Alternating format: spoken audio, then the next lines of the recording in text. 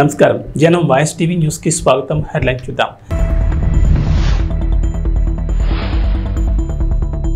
మాజీ ఎంపీ కొనకళ్ళకు ప్రముఖ పారిశ్రామికవేత్త వికృతి పరామర్శ.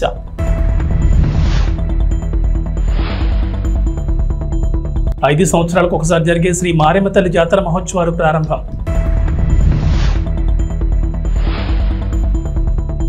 బంతలాయ్ చెరువు పోలింగ్ బూత్ గురించి గుడివాక శేషబాబు ఏం చెప్పారో తెలుసా?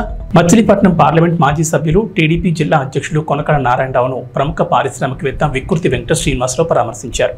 కొనకళ్ళకు ఇటీవల గుండెపోటు రావడంతో విజయవాడలోని ఓ ఆసుపత్రిలో చికిత్స పొందుతున్నారు. విషయం తెలుసుకున్న వికృతి సోమవారం ఆసుపత్రిలో చికిత్స పొందుతున్న కొనకళ్ళ నారాయణరావును పరామర్శించి ఆరోగ్య విషయాలు అడిగి తెలుసుకున్నారు. గతంలో తమకు గల పరిచయాలను కొనకళ్ళ వికృతి గుర్తు చేసుకుని కొద్దిసేపు ముచ్చటించుకున్నారు. అలాగే కొనకళ్ళ బుల్లయ్యతో వికృతి శ్రీనివాస్ కొద్దిసేపు చర్చించారు. అనారోగ్యం నుంచి కోలుకుని త్వరలోనే కొనకళ్ళ ప్రజాక్షేత్రంలోకి రావాలని ఈ సందర్భంగా శ్రీనివాస్ ఆకాంక్షించారు. ఈ కార్యక్రమంలో వికృతి రాంబాబు, బర్మా శ్రీనివాసరావు తదితరులు పాల్గొన్నారు. 5 సంవత్సరాలకు ఒకసారి జరిగే శ్రీ మారెమ్మ తల్లి జాతర మహోత్సవాలు ప్రారంభమయ్యాయి. మోపిదేవి మండలంలోని అన్నవరం, చెల్లపాలెం గ్రామాల ప్రజలు అత్యంత భక్తి శ్రద్ధలతో నిర్వహించుకుని శ్రీ మారెమ్మ తల్లి జాతర ఉత్సవాలు శుక్రవారం సంప్రదాయబద్ధంగా ప్రారంభమయ్యాయి. ఈ నెల 17వ తేదీ శుక్రవారం నుంచి 20వ తేదీ సోమవారం వరకు జాతర కార్యక్రమాలు జరగనున్నాయి. జాతరలో మొదటి రోజైన 17వ తేదీ శుక్రవారం శ్రీ గంగానమ్మ తల్లికి చలి నైవేద్యాలు సమర్పించారు. గ్రామ కమిటీ పర్యవేక్షణలో అన్నవరం, చెల్లపాలెం గ్రామస్తుల ఆధ్వర్యంలో భక్తులు పెద్ద సంఖ్యలో తరలివచ్చి చలి నైవేద్యాలు సమర్పించారు. రెండవ రోజైన 18వ తేదీ శనివారం పోతరాజు తండ్రికి చలిమిడి, వడపప్పు సమర్పించడంతో పాటు మొక్కుబడి చెల్లించుకుంటారని గ్రామ కమిటీ సభ్యులు తెలిపారు. మధ్యాహ్నం నుంచి శ్రీ మద్దెలమ్మ, మదరజాయి జాతర నిర్వహిస్తామన్నారు. అదే రోజు సాయంత్రం శ్రీ మారెమ్మ, శ్రీ ముత్యాలమ్మ అమ్మవార్ల జాతర జరుగుతుందన్నారు. ఆదివారం రాత్రి పోతరాజు తండ్రి గెడ ఊరేగింపు ఇంటింటికి నిర్వహించనున్నట్లు పేర్కొన్నారు. సోమవారం వనవలమ్మ జాతర కార్యక్రమాలు నిర్వహించనున్నట్లు కమిటీ సభ్యులు వెల్లడించారు. ఆయా కార్యక్రమాల్లో భక్తులు పెద్ద సంఖ్యలో పాల్గొని మొక్కుబడులు చెల్లించుకోవాల్సిందిగా గ్రామ కమిటీ సభ్యులు కోరారు.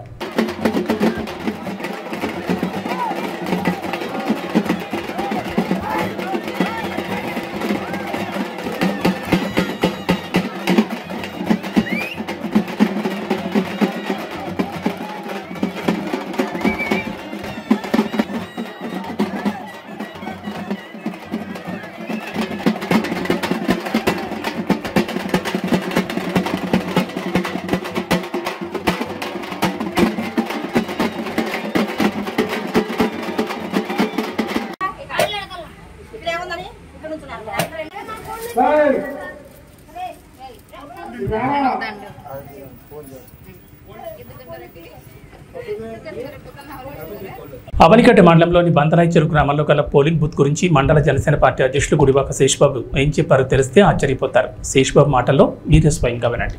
సంవత్సరాల కాలం నుంచి కూడా బంతలాయ్ చెరువు గ్రామ బూత్ అంటే ఒక ప్రత్యేక స్థానం ఉంది. అక్కడ ఏదో దొంగతనంగా వాళ్ళు కావాల్సిన వైపు వేసేసుకుంటారని, ఓట్లు రెగ్గింగ్ చేస్తారని ఇలాంటి ముద్ర ఉంది.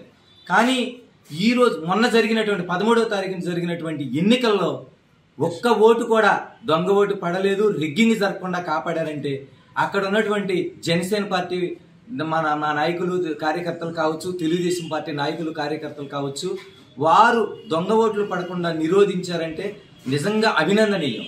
బంతలాయ్ చెరువు అనే గ్రామం కూడా ప్రజాస్వామ్య సరళిలోకి వచ్చిందని చెప్పడానికి ప్రత్యక్ష తార్కాణం. మంచి వాతావరణం ఏర్పడుతుంది. గ్రామాభివృద్ధిపై దృష్టి పెట్టే యువకులందరూ కూడా కావాలని స్వచ్ఛందంగా వచ్చి ఓట్లు వేశారు. ఆ యువత అంతా కూడా నేడు రాజకీయాలకి అయిపోయింది. వాటిని దూరంగా వదిలేయటం. ఇక మనం గ్రామాన్ని ఎలా అభివృద్ధి చేసుకోవాలి అనే దాని గురించి దృష్టి పెట్టాలని అందరికీ కూడా సూచించేస్తూ ధన్యవాదాలు తెలియజేసుకుంటున్నాం. Thank you. కోడూరు మండల పరిధిలోని పిట్టల్లంకలో నిత్య సహాయ మాతా దేవాలయం 12వ ఉత్సవ వేడుకలు ఘనంగా నిర్వహించారు. విజయవాడపేట అధిపతి బిషప్ తెలగతోటి జోసెఫ్ రాజారావు ముఖ్య అతిథిగా విచ్చేసి క్రీస్తు సందేశాన్ని అందించారు. ఈ సందర్భంగా ఆర్సీఎం చర్చ్ ఎదురుగా జరిగిన కార్యక్రమాలను మాట్లాడుతూ మన పూర్వీకులు యేసుక్రీస్తు పట్ల ఉంచిన విశ్వాసాన్ని ఈ తరం ముందుకు నడిపిస్తుందని చెప్పారు. ఇప్పుడున్న చిన్నారులు రాబోయే తరానికి విశ్వాసులుగా మిగులుతారన్నారు. యేసుక్రీస్తు చూపిన బాటలో ప్రతి ఒక్కరూ పయనించడం ద్వారా శాంతియుత సమాజం ఏర్పడుతుందన్నారు. ప్రతి ఒక్కరూ తోటి మానవుల ఎడల దయ, ప్రేమ, కరుణ కలిగి ఉండాలన్నారు. తొలుత పాత దేవాలయ ప్రాంగణంలో నూతనంగా నిర్మించిన మరియమాత స్వరూపాన్ని బిషప్ రాజారావు ఆవిష్కరించారు. అనంతరం పరలోక ప్రార్థన చేశారు. ఈ సందర్భంగా కొంతమంది చిన్నారులకు ఆయన జ్ఞానస్థానాన్ని అందించారు. అనంతరం ఆర్సీఎం విశ్వాసులకు దివ్య సత్ప్రసాదాన్ని అందించారు. ఈ సందర్భంగా భక్తులకు అన్నదానం నిర్వహించారు. తొలుత వాటర్ ట్యాంక్ నుంచి ఆర్ఏఎం చర్చ్ వరకు రోడ్డుపై చీరలు పరిచి పూలు జల్లుతూ బిషప్ రాజారావుకి విశ్వాసులు ఘన స్వాగతం పలికారు. కోడూరు విచారణ గురువు చౌటపల్లి ప్రశాంత్ అధ్యక్షుడు జరిగిన కార్యక్రమంలో అవనిగడ్డ, నాగాయలంక, లక్ష్మీపురం, ఎదురుముండి, కూచిపూడి, మచిలీపట్నం, విజయవాడ, హైదరాబాద్తో పాటు పలు ప్రాంతాల నుంచి వచ్చిన విచారణ గురువులు క్రీస్తు సందేశాన్ని అందించారు. ఉపదేశీలు, సంఘ పెద్దలు, అవనిగడ్డ, కోడూరు, నాగాయలంక మండలాల నుంచి పెద్ద ఎత్తున విశ్వాసులు పాల్గొన్నారు.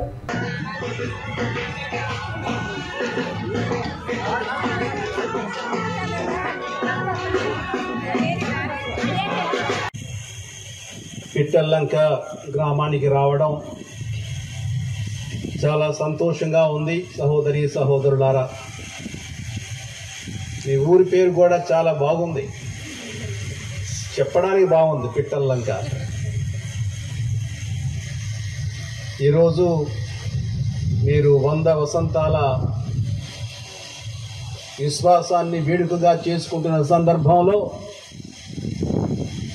మీతో ఉండడం ఇంకా మరీ సంతోషంగా ఉంది. నేను వచ్చేటప్పుడు అలనాడు మొదటిగా మీ దగ్గరకు వచ్చిన గురువుల గురించి ఆలోచిస్తూ ఉన్నాను. అదేవిధంగా విశ్వాసుల గురించి, మీ తాత ముత్తాతల గురించి ఆలోచిస్తూ ఉన్నాను. మొట్టమొదటి బీజాలు ఎలా నాటారో, మొదటి క్రైస్తవులు ఎవరో, ఏ ఇంటి పేరు గలవాళ్ళో, అదేవిధంగా మొదటి ప్రార్థనలు ఏమి నేర్చుకున్నారో, మొదటి పాటలు ఏం పాడారో, మొదటిగా గురువులు వచ్చినప్పుడు ఎక్కడున్నారో, వీరందరిని గురించి నేను ఆలోచిస్తూ వచ్చాను. మీకు ముందు ఉన్నవాళ్ళు, చనిపోయిన వాళ్ళు, మా అమ్మమ్మలు, తాతయ్యలు, ముత్తాతలు, వాళ్ళందరూ ముందు ఒక పదంలో నడుస్తూ, వాళ్ళు వెళ్ళేటప్పుడు కేవలం ఇళ్లను, ఆస్తులను కాకుండా వాటిని మాత్రమే కాకుండా విశ్వాసాన్ని కూడా వదిలి వెళ్ళారు. వదిలి వెళ్ళిన విశ్వాసాన్ని మీరు వదిలిపెట్టలేదు. దానికి ఇంకా ముందుకు సాగాలని దృఢ సంకల్పంతో, నిశ్చయంతో ఈరోజు మీరందరూ ఈ వేడుకను చేసుకుంటున్నారు. ఈ మహిమాయుత క్రైస్తవ సహాయమాత మందిరమును ఆశీర్వదించండి.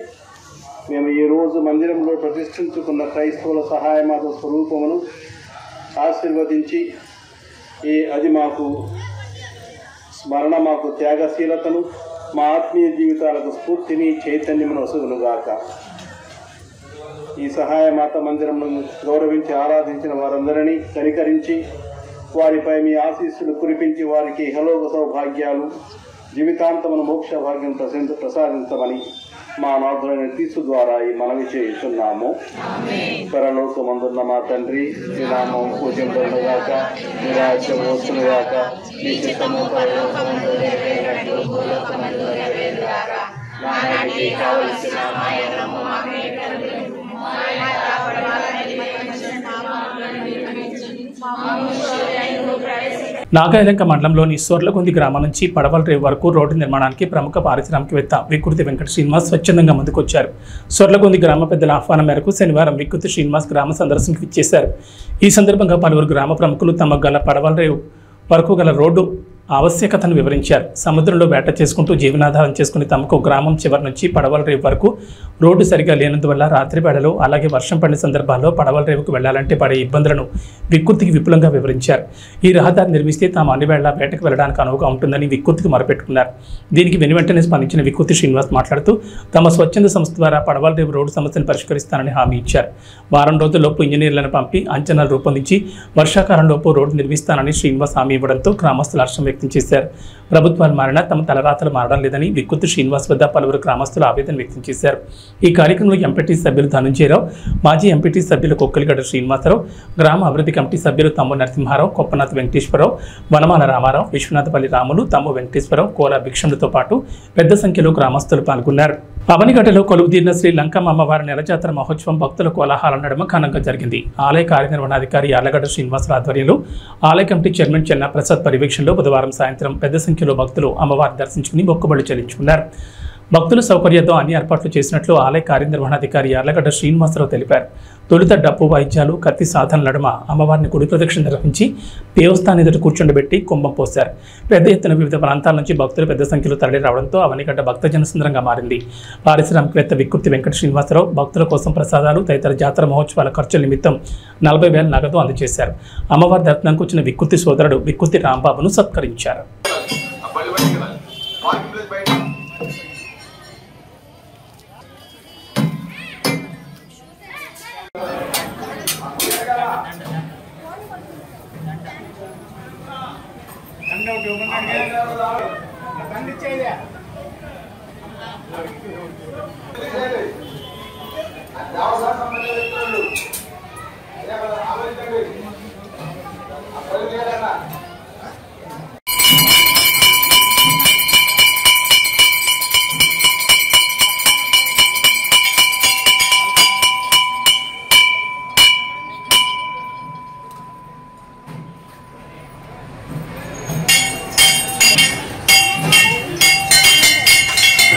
తల్లి కృష్ణా జిల్లా అవనిగడ్డ గ్రామంలో గ్రామదేవత అయినటువంటి శ్రీ లంకమ్మవారి దేవస్థానంలో ఈరోజు అమ్మవారి నెలసంబరం పౌర్ణమి రోజు నుంచి మళ్ళీ రేపు మధ్యాహ్నం వరకు వైభవంగా ఈ కార్యక్రమం జరుగుతుంది.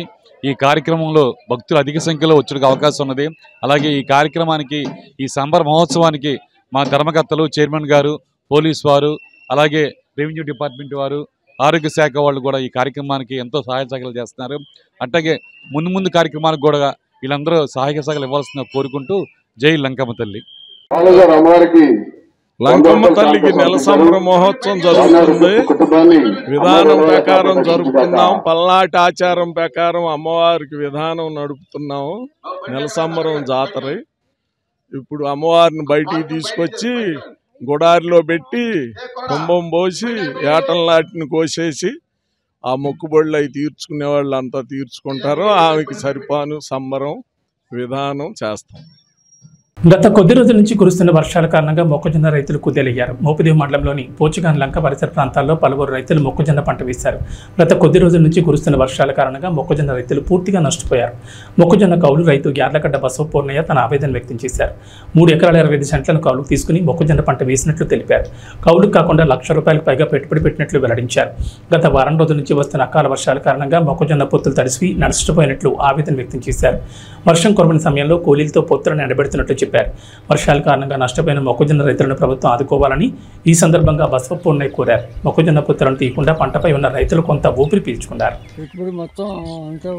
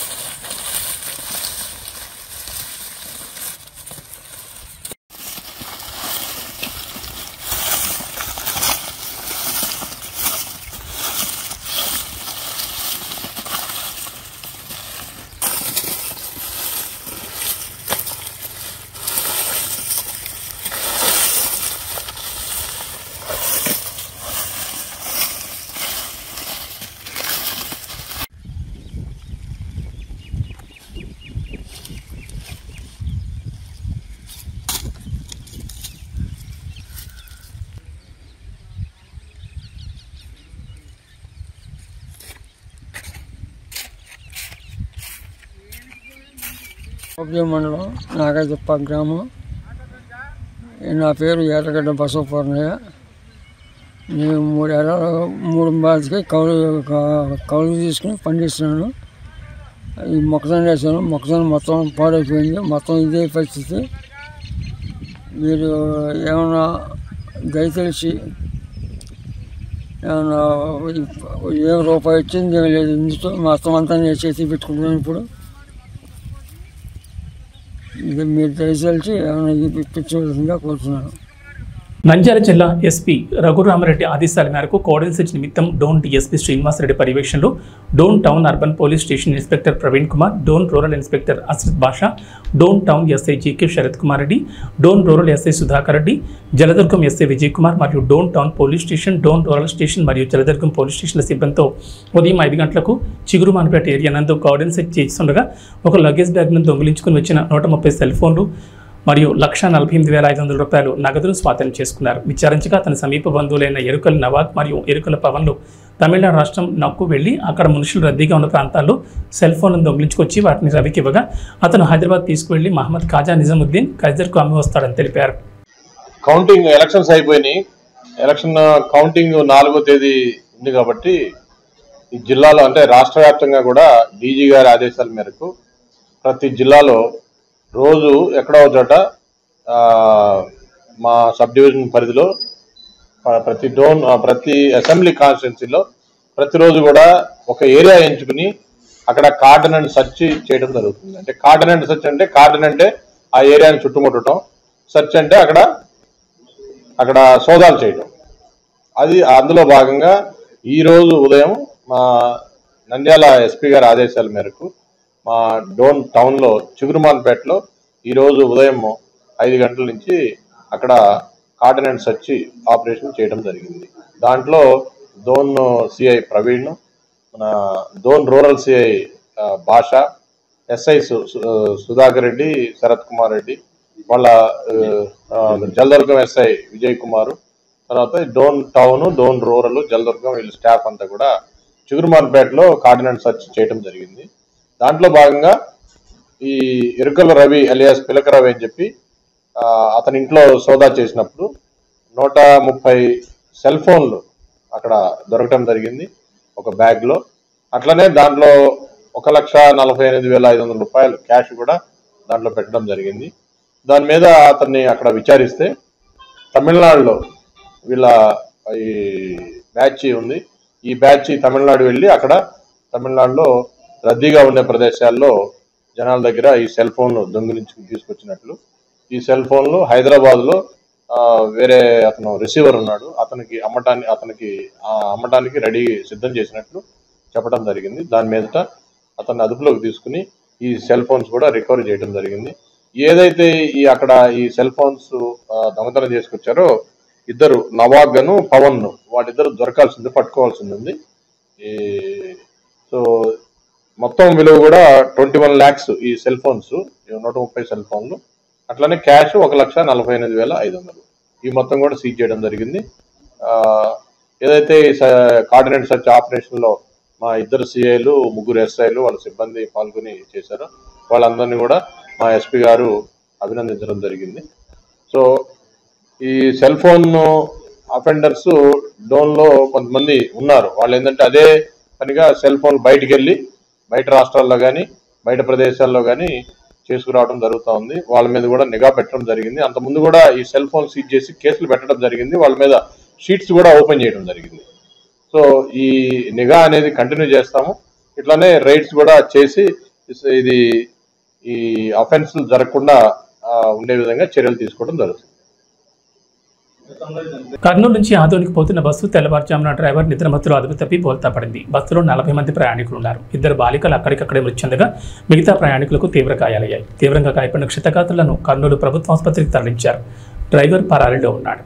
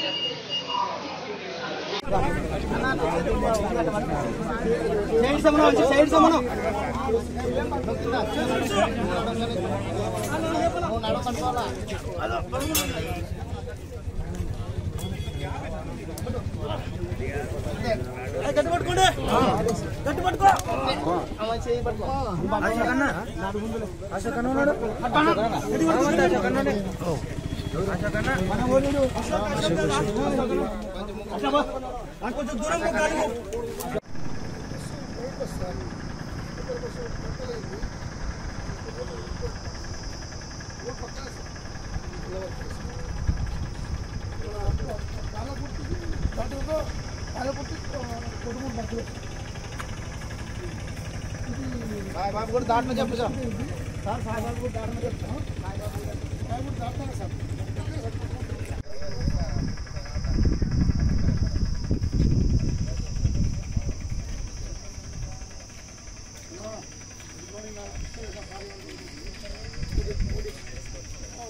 బస్సు కట్టలేదు కాబట్టి కొడుకు 2.5 కిలోమీటర్ దూరం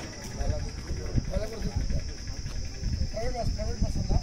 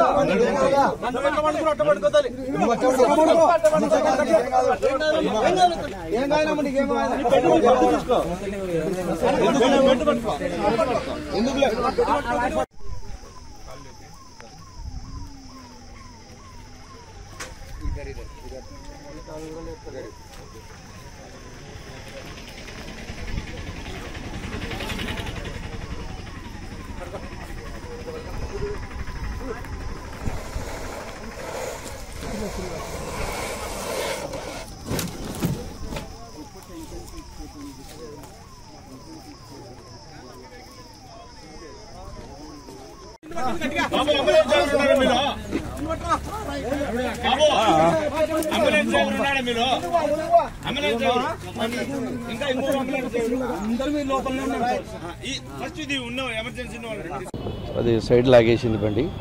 డ్రైవర్ అదుపు తప్పినాడు. 2 పిల్లలు చనిపోయినారు అక్కడనే. మిగతా వాళ్ళకి గాయాలు. అశోక్ అనే పిల్లోనికి పూస దెబ్బతినింది. హైదరాబాద్ నుండి వస్తుంది, ఆదోని పోతుంది. డ్రైవరు నిర్లక్ష్యం వల్లనే జరిగింది. బస్సులో ఎంతమంది ఉన్నారు? అది ఎంతమంది ఉన్నారనేది ఫుల్ పెద్ద బండి, అది పెద్ద స్లీపర్ మంది. ఎంతమంది అక్కడ చిన్న చిన్న గాయాలు తగిలిన వాళ్ళు అక్కడే ఉన్నారు, పెద్ద గాయాలు తగిలిన వాళ్ళు ఇక్కడ వచ్చినారు సార్. ఎంతమందికి గాయాలు చాలా మందికి తగిలినాయి సార్. ఇంకా కరెక్ట్గా గ్యాజింగ్ లేదు సార్. లేదు సార్, మా పిల్లలు ఉన్నారు. నా పేరు భాష సార్, సేఫ్టీ అసోసియేషన్. బస్సు దాంట్లో ఇది హైదరాబాద్ నుంచి ఆదోనికి పోతుంది. ఇది కోడుమూరు మధ్యలో పేలకుర్తి దగ్గర యాక్సిడెంట్ జరిగింది, బోల్టా పడింది. దాంట్లో 40 మంది ఉన్నట్టు గుర్తు. దాంట్లో మాకు తెలిసి ఆయన ఒక ఆయన ఉన్నాడు, మా బంధువు ఉన్నాడు, కింద ఉన్నాడు. ఆయనకు దెబ్బలు తగిలినాయి. కర్నూలు హాస్పిటల్, గవర్నమెంట్ హాస్పిటల్ తీసుకొచ్చినారు. ఆయనకు దెబ్బలు తగిలినాయి, ఇంకొక ఆమెకు ఉన్న దెబ్బలు తగిలినాయి. 2 పిల్లలు చనిపోయినారు అక్కడనే. ఇది చున్నీకి వస్తే గాయాలు అయితే 2 బాగానే తగిలినాయి. ఆయనకి నడుములు కాడ, కాళ్ళకి, చేతులకు బాగా పడినాయి. 6 గంటల టైంలో జరిగింది. అది ముందు లారీ వాగింది. ఆ లారీని తప్పియడానికి చెప్పి రైట్ సైడ్ తిప్పినప్పుడు అటు బండి కింద పడింది. దాంట్లో స్పాట్లో 2 లేడీస్ అవుట్. మా వాళ్ళకి చిన్న స్వల్పగా గాయాలు తగిలినాయి. 2 పిల్లలు స్పాట్ డెడ్. 2 spot dead. డ్రైవర్దే పొరపాటు. Over speed. ముందు అందులో లారీ వాగింది. ఆ లారీని తప్పినీకి అని చెప్పి రైట్ సైడ్ ఫుల్ కట్ చేసినప్పుడు బండి అట్టే తిరిగి పడింది, అంతే. నా పేరు ప్రవీణ్, కోడుమూరు. టీవీ బులెటిన్ విశేషాలు. నమస్కారం.